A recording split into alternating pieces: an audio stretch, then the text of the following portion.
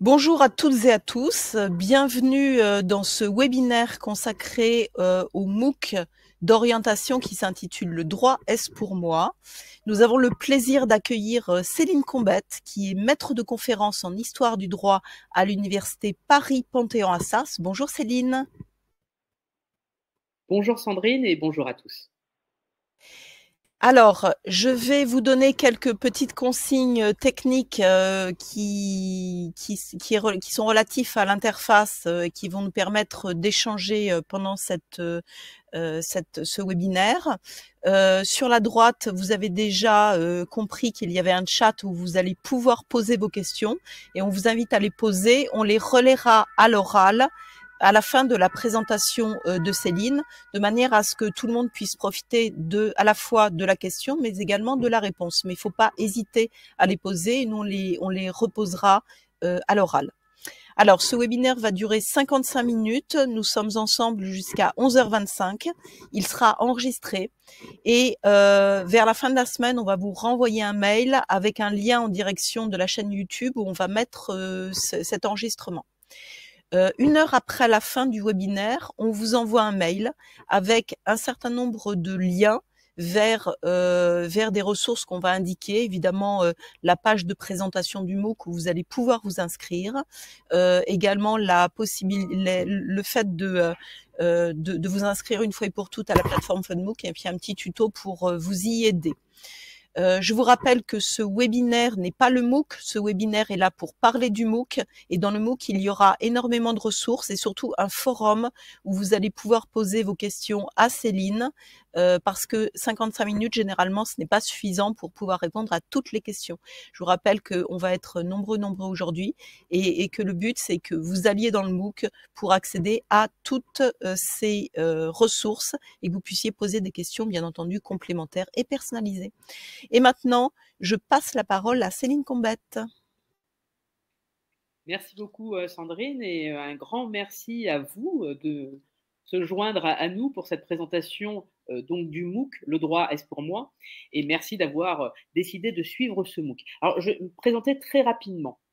Je suis donc, comme cela a été indiqué, Céline Combette, je suis maître de conférence. Alors peut-être que là, je vais utiliser des notions qui, pour ceux qui ne sont pas habitués à l'université, on ne sait pas trop à quoi cela se renvoie. Alors à l'université, il y a différents types d'enseignements. Vous avez les professeurs d'université et vous avez les maîtres de conférence. On fait le même métier, on reçoit les mêmes étudiants. Voilà, il n'y a pas de différence en matière pédagogique entre un professeur et un maître de conférence.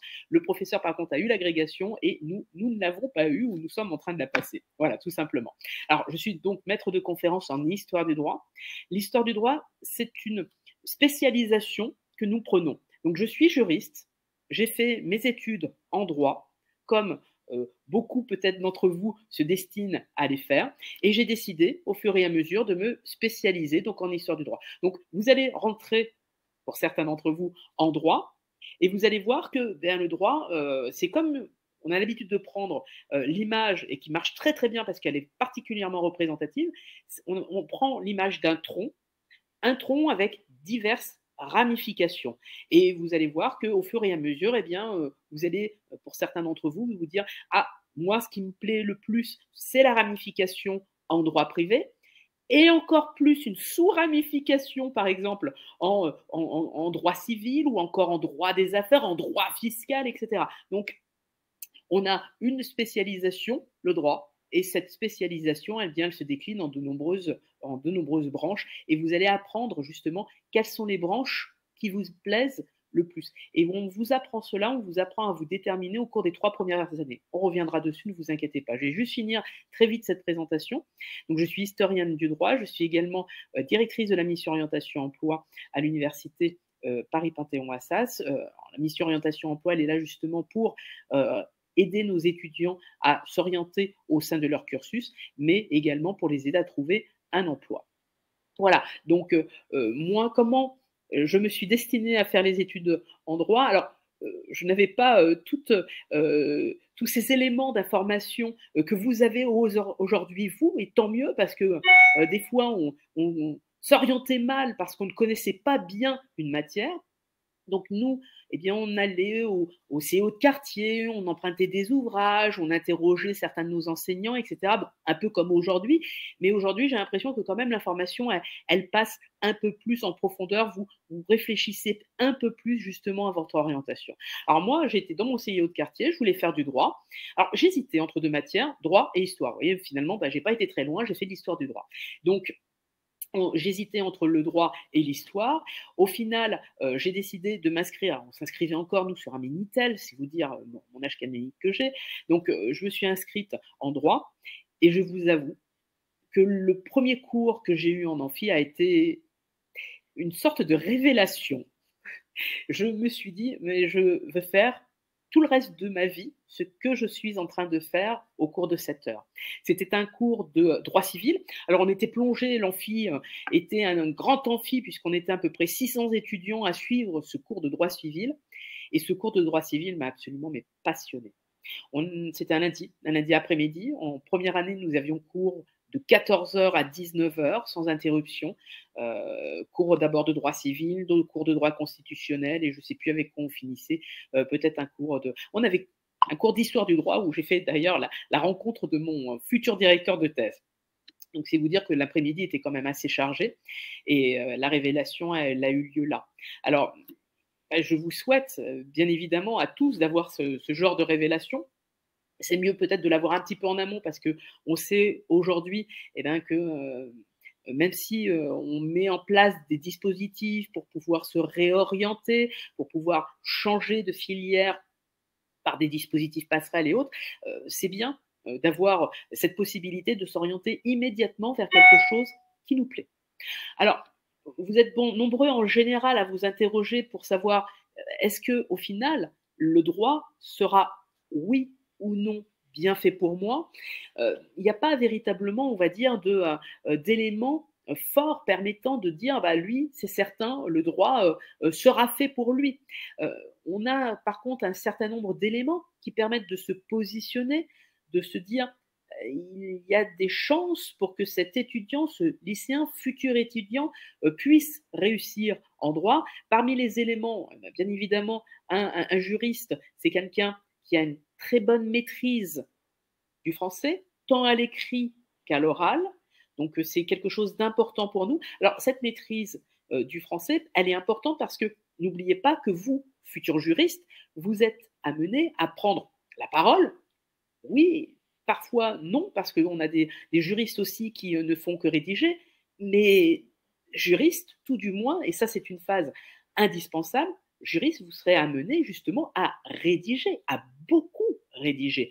Donc si vous n'avez pas d'aisance à l'écrit, si ça vous, comment dire, vous n'avez pas cet instinct naturel de prendre l'écriture, de d'écrire des choses, ça ne vous plaît pas, en gros, je pense que je vais résumer comme cela, il faudra s'interroger sur, au final, est-ce que le droit est véritablement fait pour moi? De même, la lecture.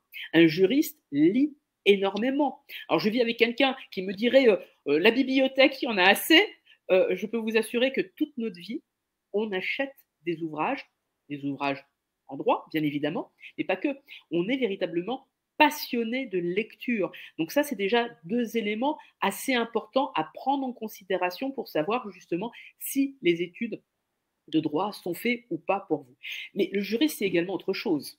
Le juriste, c'est quelqu'un qui s'intéresse aux autres. Et quand je dis aux autres, c'est aux personnes, mais à la société également en général. Ce qui veut dire que si déjà vous vous intéressez à la vie en société, si vous lisez régulièrement la presse, si vous regardez le journal télévisé, si en gros vous vous intéressez à la société, bah, là aussi c'est un très bon critère. Et je prends une autre matière, peut-être pédagogiquement, pour bien montrer quels sont les grands critères qui sont pris en considération pour regarder un petit peu l'assise de l'étudiant qui souhaite faire des études en droit, bah, l'histoire-géographie.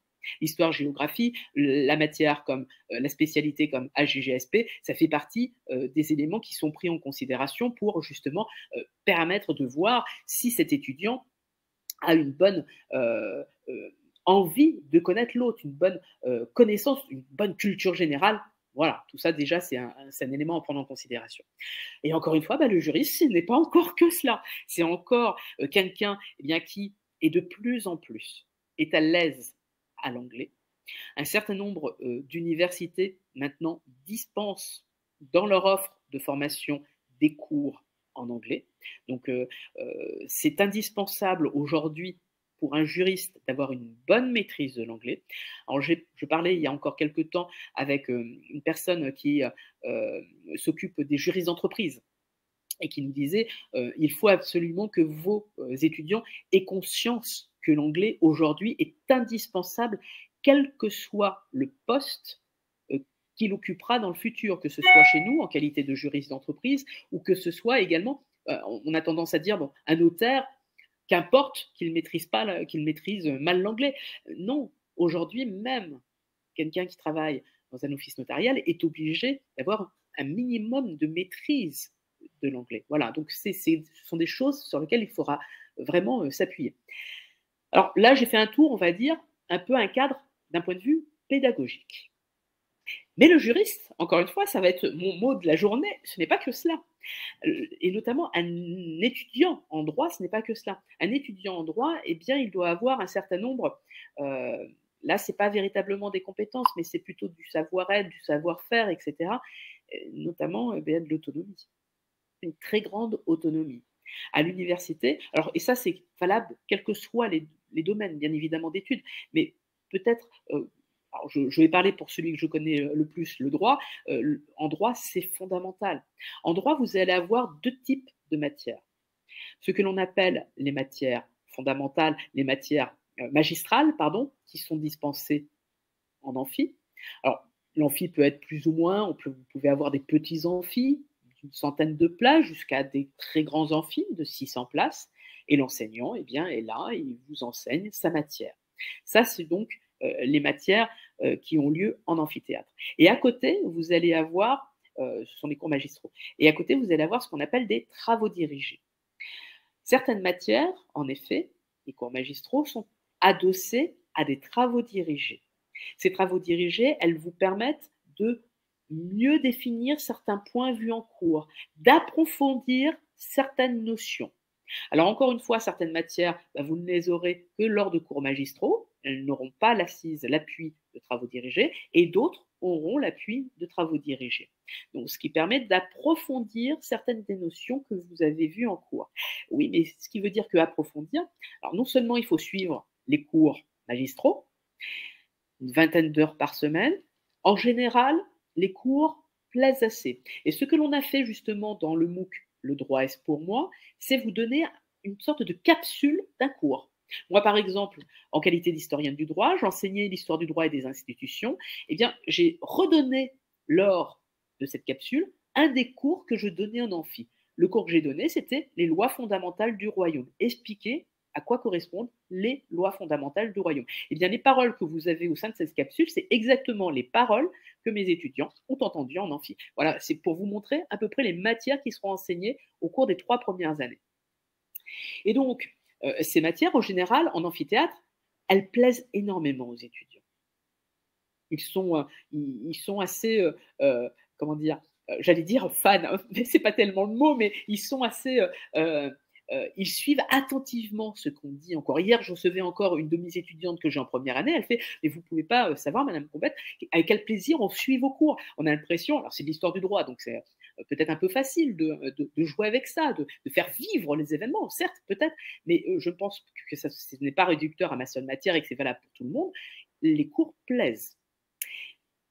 Mais il y a une vingtaine d'heures de cours. Ce qui veut dire que déjà, il y a du temps à passer sur les bancs de l'université. Un étudiant qui dit « je ne vais jamais en cours », je ne crois pas à ses chances de succès.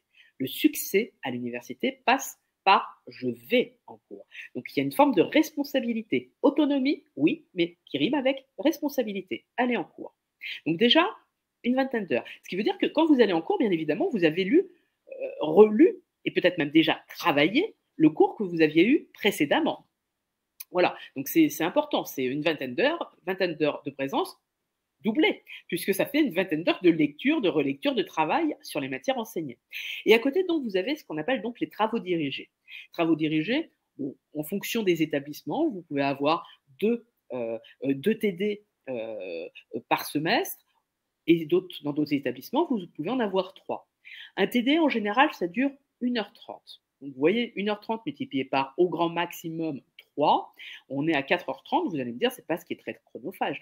Eh bien, justement, les travaux dirigés sont pour les étudiants extrêmement chronophages. Et c'est là où les juristes véritablement se révèlent. Pourquoi? Parce que justement, au sein de ces travaux dirigés, on fait ce qu'on appelle les exercices juridiques. Alors, en termes d'exercices juridiques, ça peut être quoi?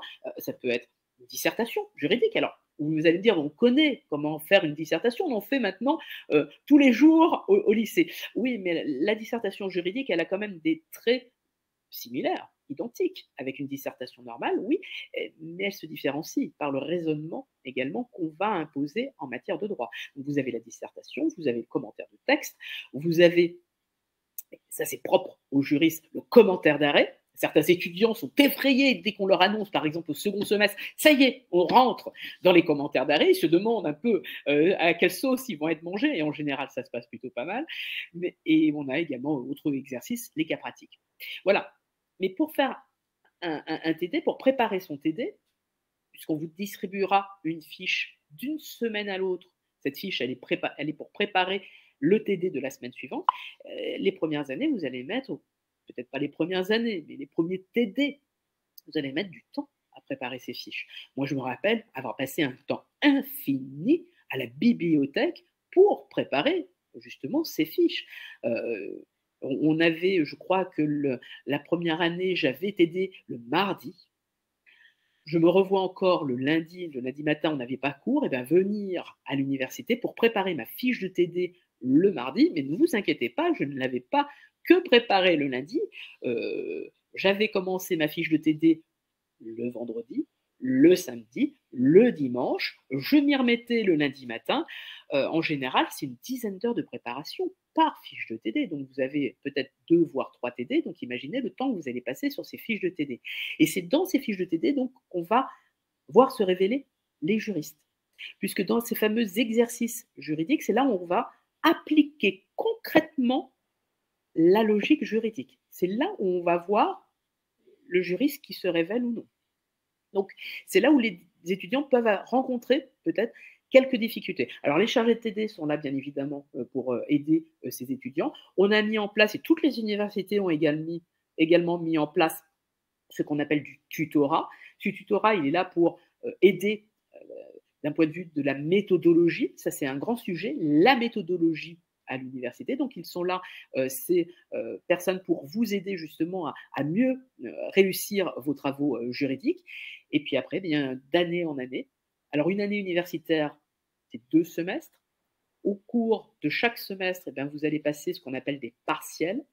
Partiels du premier semestre, partiels du second semestre. Les partiels portent sur toutes les matières enseignées au premier semestre, puis ensuite au second semestre. Vous avez 10 de moyenne. Vous pouvez avoir 15 dans une matière et 7 ou 8 dans une autre matière. 10 de moyenne, vous passez en deuxième année. Deuxième année en droit. Alors la première année, j'ai tendance à penser que c'est une année un peu de découverte des études en droit. La deuxième année, on rentre véritablement dans le dur. C'est des choses très techniques, peut-être même théoriques. Et là, les vrais juristes se révèlent complètement. Et la troisième année, ben, c'est une année pas plus difficile techniquement, juridiquement, c'est une année où on commence peut-être pour certains à se spécialiser. Est-ce que ce sont plus les relations entre particuliers qui m'intéressent? Dans ce cas-là, j'irai plus sur des matières en droit privé. Ou est-ce que, au contraire, j'aime mieux les relations interétatiques entre État et particulier? Et là, j'irai plus sur des questions de droit public. Voilà, alors je crois que j'ai été un petit peu longue en termes de présentation. J'ai essayé de vous dresser un cadre très général et il est peut-être temps de prendre certaines interrogations. Alors, première question de Lala Soa. Quelle matière dois-je choisir en première pour m'orienter vers le droit? Alors, vos fameuses spécialités. Alors, vos fameuses spécialités, chaque université va avoir donné quels sont les grands critères, quelles sont les matières, les spécialités qu'elle préconise. Attention, Ce sont en général des préconisations. C'est-à-dire que si vous vous sentez plus à l'aise dans certaines matières, ça ne veut pas dire pour autant que jamais vous ne serez pris dans une fac de droit. Mais chaque université va avoir listé ses spécialités. Alors mais ça paraît, on va dire, c'est des questions de bon sens. Les spécialités en droit qui sont préconisées en droit, c'est par exemple AGGSP, c'est SES, c'est également j'ai perdu le nom. Il y en a 6 spécialités préconisées. Voilà, c'est des matières où on a du raisonnement littéraire, si j'ose dire. Je vous les remettrai très vite tout à l'heure quand je dois avoir le document. Je vous mettrai les spécialités qui sont préconisées, notamment par mon université. Mais vous les aurez de toute façon sur Parcoursup. Tout est indiqué sur Parcoursup. Ne vous inquiétez pas.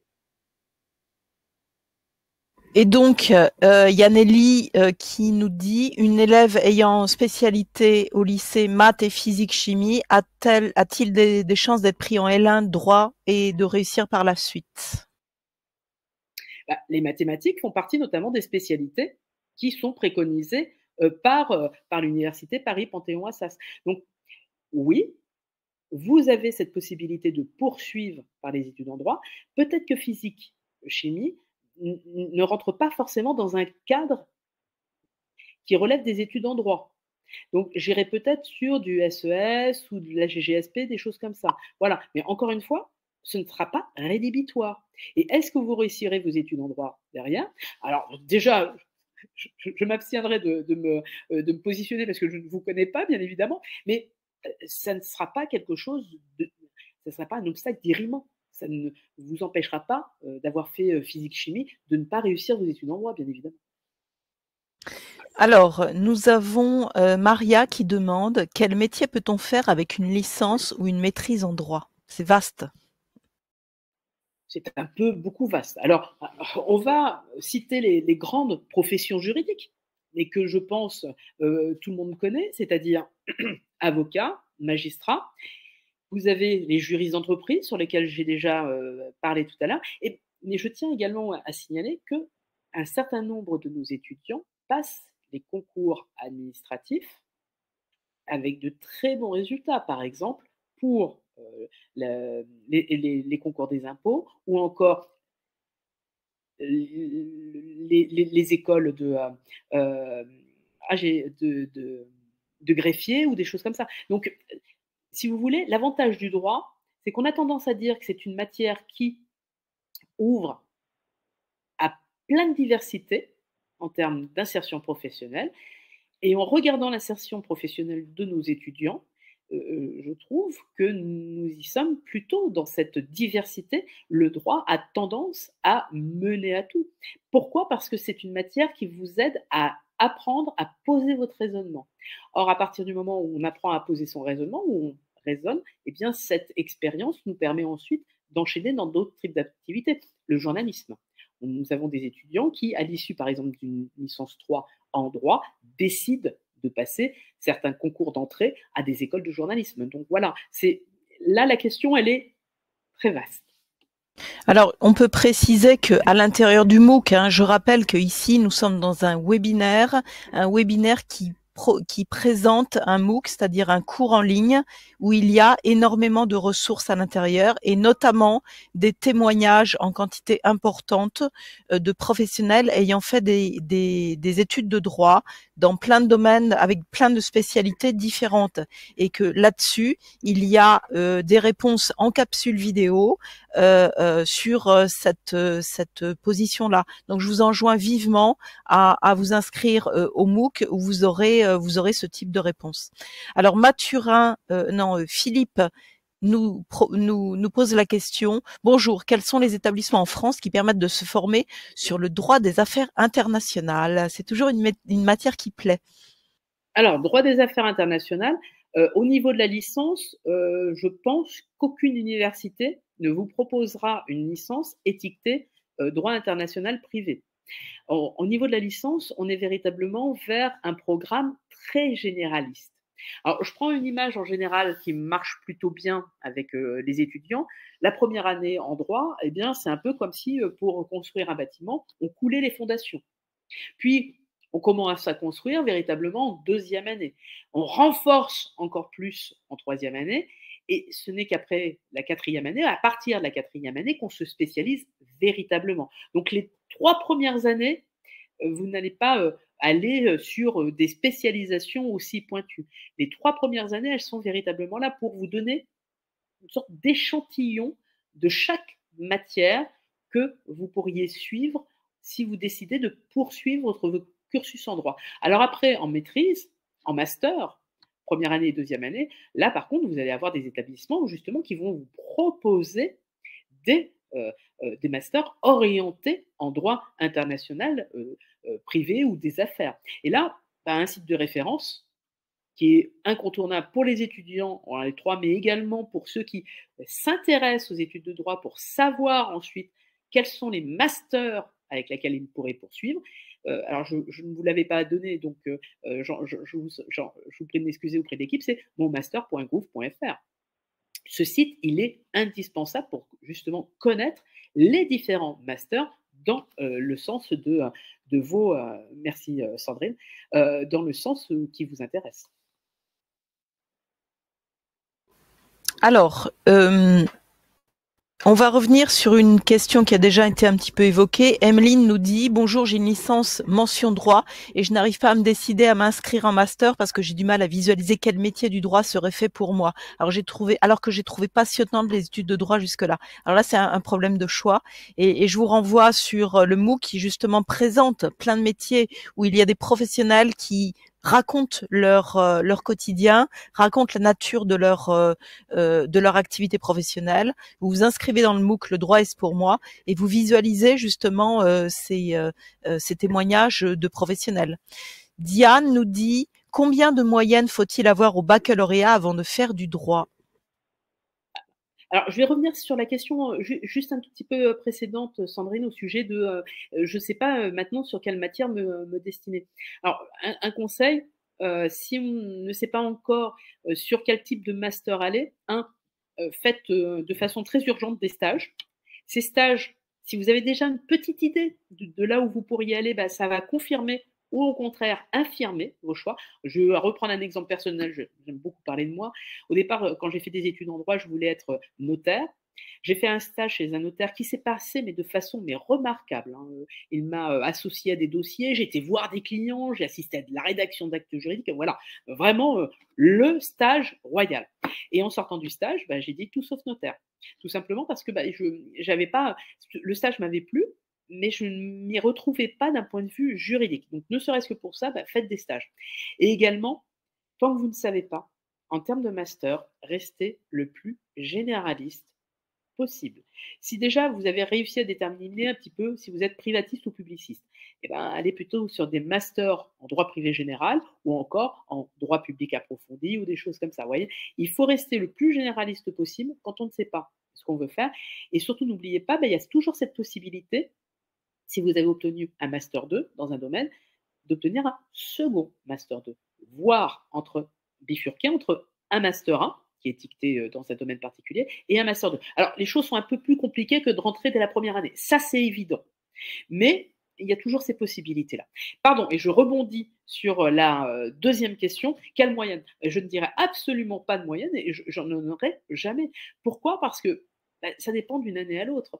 Et ça dépend de multiples éléments à prendre en considération. Alors, des dossiers, on va dire, un peu faibles, où on se dit que l'étudiant, le lycéen même, aura peut-être même du mal à obtenir son baccalauréat, peut-être qu'il y a des questions à se poser sur est-ce qu'il aura suffisamment de compétences, suffisamment de ressources pour pouvoir réussir ses études en droit. Mais autrement, je ne vous dirais pas, alors en dessous de 13 ou 14 de moyenne, aucune chance d'aller étudier les études en droit. Là, ça serait complètement faux et ça serait surtout très idiot de ma part. Faut pas dire autre chose. Alors, Lala Soie nous dit combien d'années durent les études de droit avant de devenir juriste, par exemple? Alors, pour taquiner mes étudiants, dès la première année, le premier cours, je leur dis ça y est, vous êtes juriste. Voilà, donc pour moi, un juriste, c'est quelqu'un qui a commencé à faire ses études en droit. Alors, on est dans le dispositif ce qu'on appelle LMD. Licence, 3 ans, master, 2 ans, doctorat. Alors, le doctorat, c'est quelque chose d'un peu particulier. C'est pour des personnes qui se destinent à l'enseignement, notamment comme moi. Voilà, ils veulent devenir enseignants-chercheurs et ils rédigent une thèse. Mais c'est absolument pas le passage indispensable pour finir ses études de droit et s'installer en qualité de professionnel. En général, la plupart des étudiants commencent leur insertion professionnelle à l'issue justement du LM, de la licence et ensuite du master. Mais certains étudiants peuvent s'arrêter au niveau de la licence et passer notamment des concours administratifs. Donc licence, master, doctorat. Alors, Diane nous dit: j'aimerais avoir une idée sur le droit du commerce. Alors là encore, c'est une question un peu, un peu floue, mais alors le droit du commerce. On va étudier en deuxième année une matière qui s'appelle Introduction au droit des affaires, introduction au droit commercial. Dans cette introduction au droit des affaires, introduction au droit commercial, vous allez faire ce qu'on appelle un décryptage de tout ce qui correspond au droit du commerce. Dans le droit du commerce, vous avez notamment ce qu'on appelle, tout d'abord, qui sont ces commerçants. Donc, vous allez décrire ce qu'est un commerçant. Quels sont les éléments qui permettent de dire, eh bien, lui, c'est un commerçant, et lui, ce n'est pas un commerçant. Ce qui veut dire que si on fait cette distinction, eh bien, il y aura un droit qui sera réservé à celui qui sera qualifié de commerçant, alors que celui qui ne sera pas qualifié de commerçant tombera dans le droit commun. Donc, il y a un droit spécifique. À côté de cela, justement, il y a des actes spécifiques aux commerçants, les actes de commerce. Et là, vous allez apprendre également à décrire ce que sont les actes de commerce. Est-ce qu'un commerçant fait obligatoirement des actes de commerce ou des actes de la vie civile? C'est tout le programme, tout l'enjeu de la deuxième année en droit du commerce. Donc, ce droit du commerce, c'est quels sont les éléments qui permettent de définir ce qu'est un commerçant, un acte de commerce, etc. Alors, Séverine nous demande: comment expliquez-vous qu'il n'y ait qu'environ 50% de réussite en licence de droit? Alors, 50% de réussite, alors, c'est pas quelque chose de. Moi, quand j'ai fait mes études en droit, on était plutôt aux alentours de 30% de réussite. Donc déjà, vous voyez, on a réussi à augmenter ce chiffre. 50%, on en parlait hier, on avait une réunion justement sur les étudiants qui voulaient se réorienter à l'issue du premier semestre. Je pense qu'on arrive bien maintenant à identifier un certain nombre d'éléments qui permettent de se dire, pardonnez-moi, eh bien, ces étudiants-là, ils se sont peut-être mal orientés. Alors ça peut être ce que j'indiquais tout à l'heure, un manque d'autonomie. C'est-à-dire des étudiants qui pensaient, dont le portrait type permettait de penser qu'ils étaient faits pour faire des études en droit. J'irai prendre un verre d'eau à la pause tout à l'heure pendant que tu poseras une question, Sandrine. Ils étaient faits pour faire des études en droit, mais ils ne se révèlent pas suffisamment autonomes pour prendre conscience justement de la responsabilité qu'ils ont, pour faire leurs devoirs, pour suivre les cours, etc. Donc on a cet élément qui est quand même assez fort. Alors vous dire que ça correspond à 50%, non. Mais c'est un des éléments qui est quand même assez présent. Et puis, malheureusement, on est face à une matière où c'est ce qu'on évoquait également hier, où la rencontre, parfois, elle ne se fait pas. Moi, c'est pour ça que j'insiste sur ce point, dès que je commence à faire une présentation en droit, j'ai fait la rencontre du droit dès la première heure en droit. Dès le départ, je me suis dit, ah, c'est ce qu'il me plaît. C'est ce que je veux faire, je crois. J'étais une élève, à vrai dire, moyenne plus. Au lycée, j'ai fini avec les félicitations, voilà, mais moyenne plus. Les études me plaisaient, mais j'étais pas forcément passionnée par mes études. J'arrivais à passer d'une année à l'autre, j'étais contente, mes parents étaient ravis, voilà, il n'y avait pas de difficulté. Ils s'étaient jamais convoqués pour savoir pourquoi, voilà, je n'avais pas tel résultat, etc. Donc bon, tout se passait bien. Et je n'avais pas de révélation. J'étudiais sans véritablement prendre du plaisir. Et tout d'un coup, j'ai pris du plaisir. Et quand on prend du plaisir à étudier, ça change, je peux vous garantir, drôlement la vie. Tout à l'heure, je vous disais, je travaillais mes TD du vendredi au lundi, et je ne comptais pas mes heures. J'étais ravie d'être sur mes fiches de TD. Je peux vous garantir que c'était un véritable plaisir de faire mes fiches de TD. Donc là-dessus, aucune interrogation. Donc il y a ce point-là, il y a la passion. Est-ce que vous allez rencontrer ou pas le droit? Il y a ce manque d'autonomie de certains qui est quand même assez, qui doit être pris en considération et vous avez un troisième élément aussi, cette fameuse logique juridique. Eh bien parfois, bah, la rencontre se fait, l'étudiant est parfaitement autonome et ben, il manque cruellement de logique juridique. Il n'arrive pas à comprendre comment on pose un raisonnement en droit. Alors bien évidemment, on est là pour l'aider, on est là pour le guider, mais parfois, eh ben, c'est là, la rencontre, elle ne se fait pas. Elle ne se fait pas parce que, bah, l'étudiant ne comprend pas ce qu'on attend de lui lorsqu'on parle de raisonnement juridique. Alors pareil, est-ce qu'il y a des éléments qui permettent de comprendre, de savoir si avant ou pas on est fait pour faire des études, en droit et notamment avoir de la logique juridique? Heu, les dissertations en français, en philosophie et cetera peuvent aider. Déjà à avoir, les appréciations de vos enseignants sont extrêmement importantes. Lisez bien ce qu'ils vous indiquent lorsque vous rédigez une dissertation ou un autre document. Je pense que ça peut être un très bon guide. À partir du moment où il y a attention, manque un peu de logique ou des choses comme ça veut dire qu'en droit, ça risque de s'accentuer ce, ce manque de raisonnement, ce manque de logique. Voilà. On va laisser Céline boire un petit peu et j'en profite pour reprendre la parole dans le chat. Je vous ai mis la procédure pour vous inscrire au MOOC. Alors tout d'abord, il faut que vous ouvriez un compte sur la plateforme Fun, qui est une plateforme publique et gratuite. Vous ouvrez un compte comme sur n'importe quelle plateforme. Je vous ai mis le lien pour ouvrir ce compte-là et également un petit tuto pour vous y aider. C'est pas très compliqué, mais il y a 1 ou 2 points d'intention à avoir. Et puis ensuite, une fois que vous avez ouvert ce compte, vous pouvez vous inscrire au MOOC Le droit est pour moi, sachant que sur la plateforme Fun, il y a plein de MOOC différents et on en a 22 qui sont des MOOC d'aide à l'orientation, dont celui qui nous intéresse et nous réunit aujourd'hui. Alors, Céline, on vous pose une autre question. À partir de quelle année pratique-t-on le droit? Y a-t-il des stages et si oui, de quelle durée? Je vois les études de droit comme beaucoup de théorie, forcément, mais pas beaucoup de terrain. Alors, c'est un peu le reproche que, un certain nombre et merci pour ce petit temps pour aller boire un verre d'eau. C'est un reproche que certains de nos étudiants, nous formulent, mais si, le côté pratique n'est pas forcément inclus. J'utilise le mot dans le bon sens. N'est pas forcément inclus dans l'offre de formation.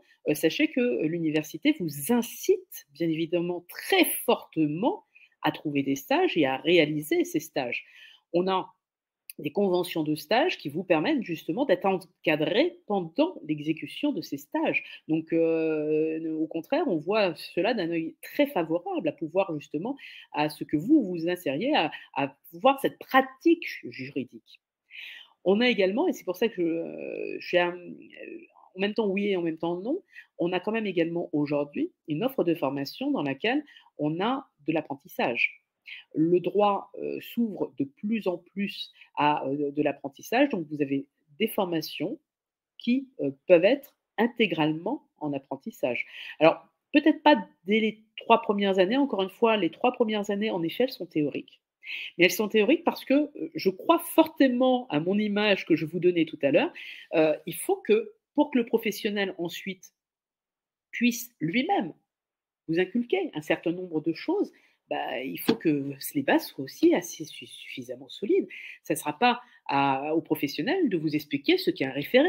Lorsque vous arriverez en situation d'insertion professionnelle, bah, vous savez ce qu'est un référé. Alors, il vous expliquera concrètement, matériellement, comment lui il fait, oui, mais si vous arrivez en disant c'est quoi au fait un référé, croyez-moi, vous sera un petit peu déçu de vous avoir pris en insertion professionnelle. Donc avant justement d'aller sur la pratique, il faut avoir quelque chose de très solide. Et là, par contre, on pourra aller sur de la pratique professionnelle. Donc, les 3 premières années, encore une fois, je n'y crois pas, même si pendant le temps des vacances, pendant le temps d'autres choses, des stages, plus de découvertes, on vous les incite. On incite fortement à pouvoir faire ces stages de découverte. Et n'oubliez pas que dans chaque université, vous avez ce qu'on appelle un BIP, un bureau d'aide à l'insertion professionnelle. BIP qui est là justement pour vous aider à trouver des stages. Et là, on a Nathalie qui nous demande, est-il possible de faire un stage d'observation dans un tribunal durant son année de terminale? Alors, les tribunaux vous accueillent. Au contraire, ils sont ravis de vous voir aller à des, euh, à des audiences, il faut que vous les contactiez pour savoir quand les audiences qui sont accessibles, parce que certaines ne sont pas ouvertes au public, pour résumer, notamment dans des instances familiales ou des choses comme ça. Donc, téléphonez pour savoir quelles sont les audiences à laquelle vous pourriez assister. Si vous êtes majeur, un procès de cour d'assises est extrêmement formateur pour comprendre quels sont les enjeux qui se jouent, notamment. Je commencerai plus par peut-être un petit peu de tribunal correctionnel ou de choses comme ça, c'est quand même très formateur aussi. Isabelle nous demande: bonjour, faut-il obligatoirement un master en droit pénal pour réussir le concours d'entrée et faire procureur de la République de l'École nationale de la magistrature? Alors, pardonne-moi, j'ai loupé le début de ta phrase, j'ai bien compris, procureur, République, etc. Oui, et est-ce qu'il faut un master en droit pénal pour aller pour passer le concours? Alors, pas forcément un master spécialisé en droit pénal, mais quoi qu'il en soit, aujourd'hui, pour l'école de la magistrature, il faut un master. Donc là, je parlais encore avec des magistrats il y a quelque temps qui m'indiquaient que certains étudiants avaient l'impression qu'il fallait absolument certains masters bien marqués, droit privé général, droit, droit, droit pénal, etc., pour pouvoir devenir magistrat. Ils sont, alors bien évidemment, ces masters sont intéressants parce qu'ils donnent une assise très importante pour l'activité future, la technicité juridique qui est bien inscrite, etc. Donc c'est très important, mais pas que. Donc si vous faites le master droit privé, droit pénal, pardon, ça sera très bien pour être magistrat et notamment procureur, mais vous pouvez également y avoir accès par d'autres biais. C'est pas un prérequis. Voilà, je résume mieux.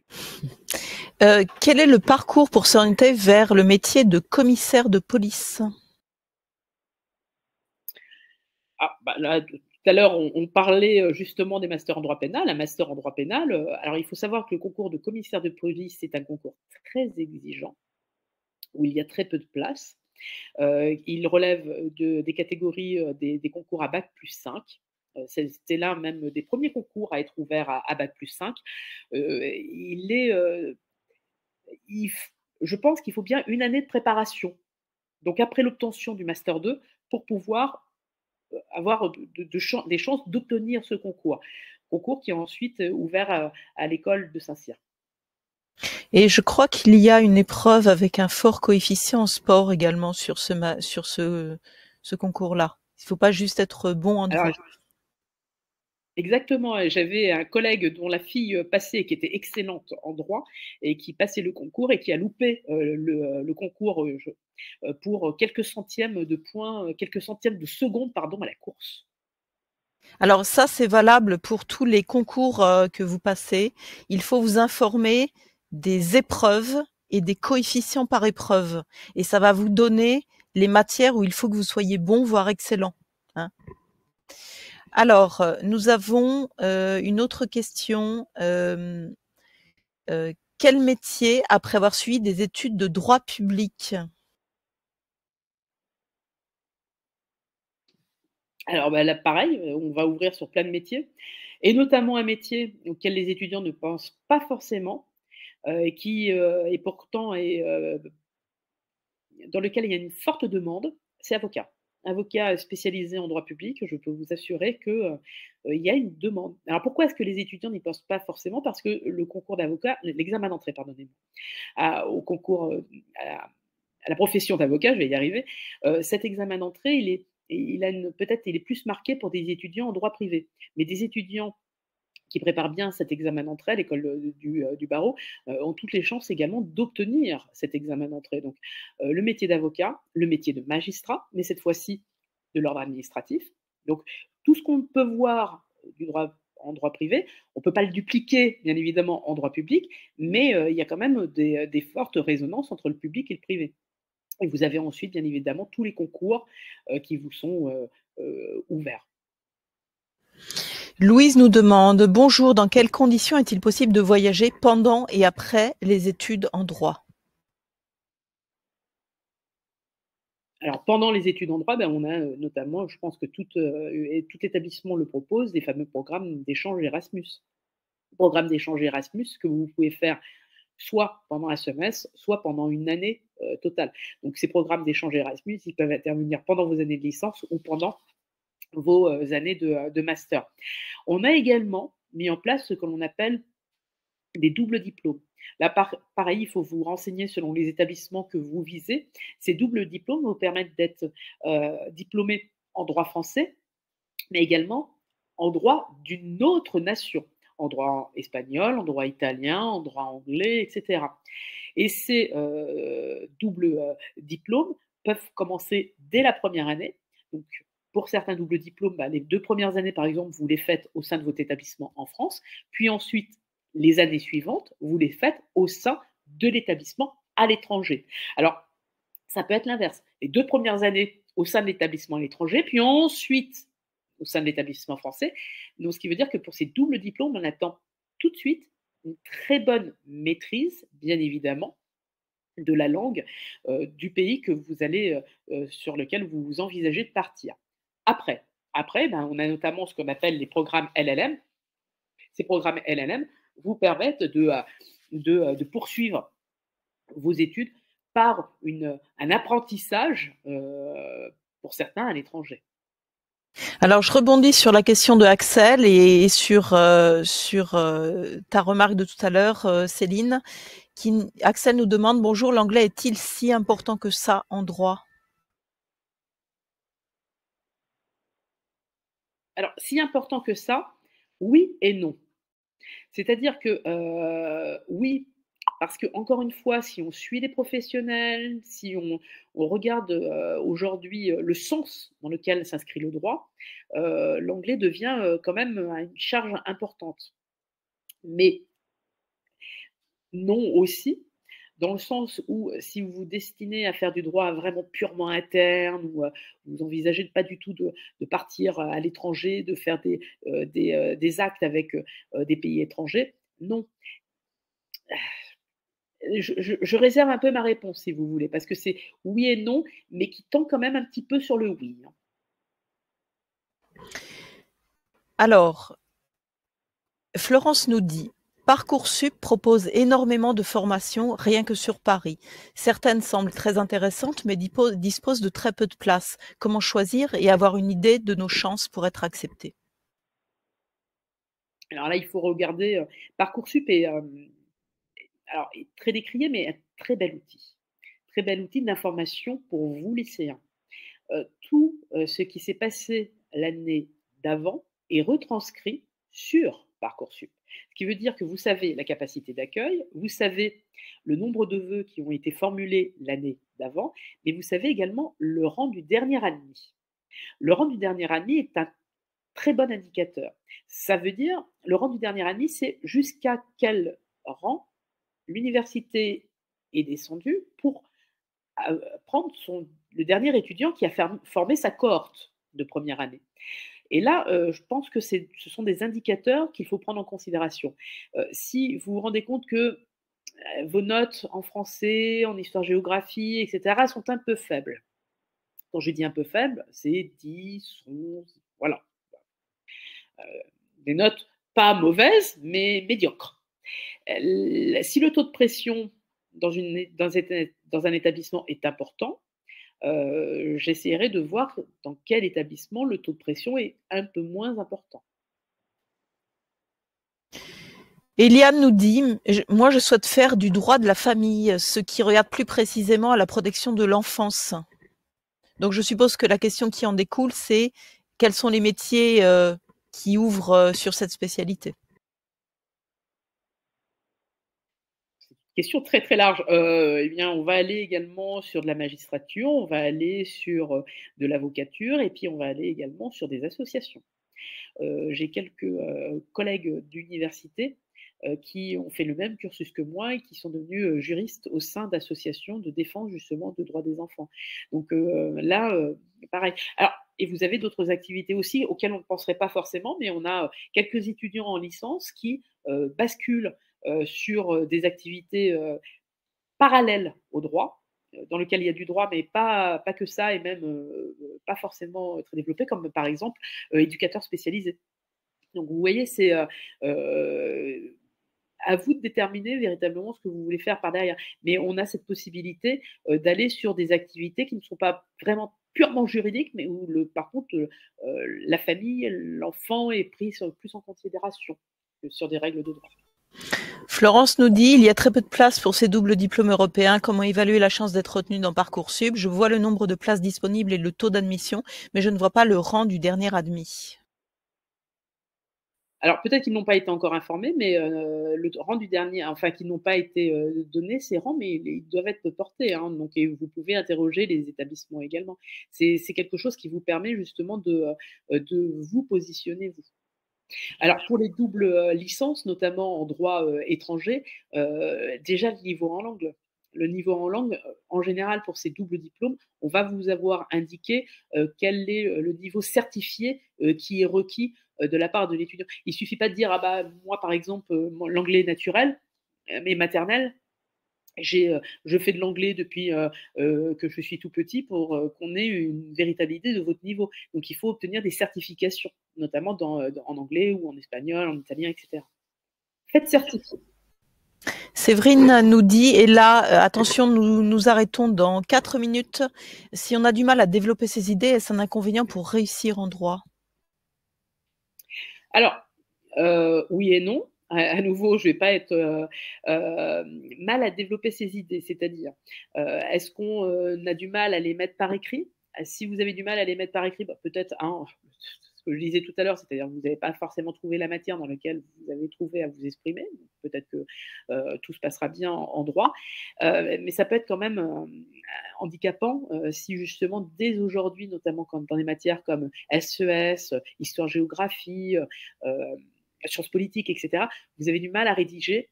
Là, par contre, je me poserai des questions. Surtout qu'il ne faut pas oublier que le juriste, c'est également un peu le roi de la synthèse. Si vous n'arrivez pas à mettre par écrit, notamment des cours, ou à expliquer même par écrit certains des enseignements que vous avez eus à destination, par exemple, de camarades qui vous ont demandé d'expliquer tel point, je m'interrogerai. Sia nous dit, bonjour, quelle formation pour être avocate? Eh ben, une licence en droit, puis après un master en droit. Alors, quel master en droit? Eh bien, pareil, ça va être à vous de voir dans quel domaine vous voulez ensuite devenir avocate, sachant ou avocat, pardonnez-moi, sachant que en plus, vous avez des spécialisations qui sont réalisées au sein de l'école du barreau. Une fois que vous êtes professionnel, vous pouvez acquérir justement une spécialisation en droit pénal, en droit des affaires, en propriété intellectuelle et artistique. Donc, même la coloration que vous allez donner à votre master ne sera pas définitif sur l'activité d'avocat que vous pourriez avoir ensuite. Sachant qu'après la fin du Master 2, il faut préparer le concours pour devenir avocat, que ça, généralement, c'est une année complète. Donc, ça fait environ un bac plus 6. Et puis ensuite, il y a la préparation, il y a le cursus au barreau. Sachant que le cursus dure 2 ans, qui est découpé en 6 mois et voilà, donc c'est quand même assez lourd hein, derrière. Hein. Pour préparer l'examen d'entrée à l'école du barreau, en effet, une année, c'est bien. Alors certains le font en parallèle de leur master 2 et ils s'en sortent plutôt bien. C'est un peu ce que j'avais fait. C'était pendant mon année, moi, de DEA. Hein, on parlait encore de DEA. Je l'avais fait en parallèle de mon année de DEA. C'est lourd, mais c'est faisable. Bon, on prend une toute petite dernière question et après on clôture. À quoi mène le droit pénal?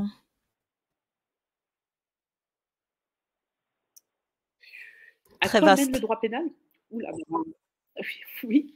À quoi mène-t-il? Eh bien, en termes d'activité professionnelle. Alors, je dois être vraiment très.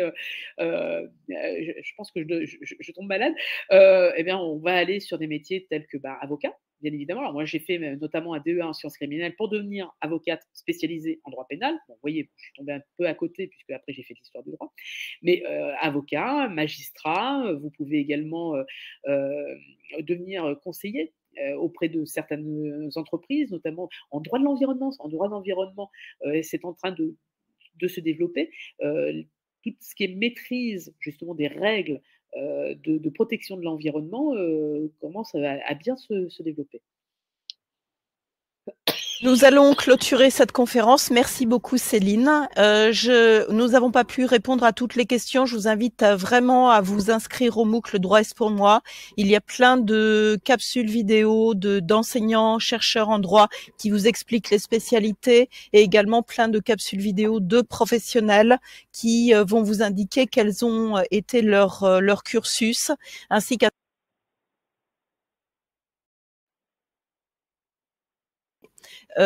je vous ai mis dans le chat la procédure pour ouvrir un compte sur la plateforme FunMOOC et ensuite l'URL pour aller sur le MOOC Le droit est pour moi.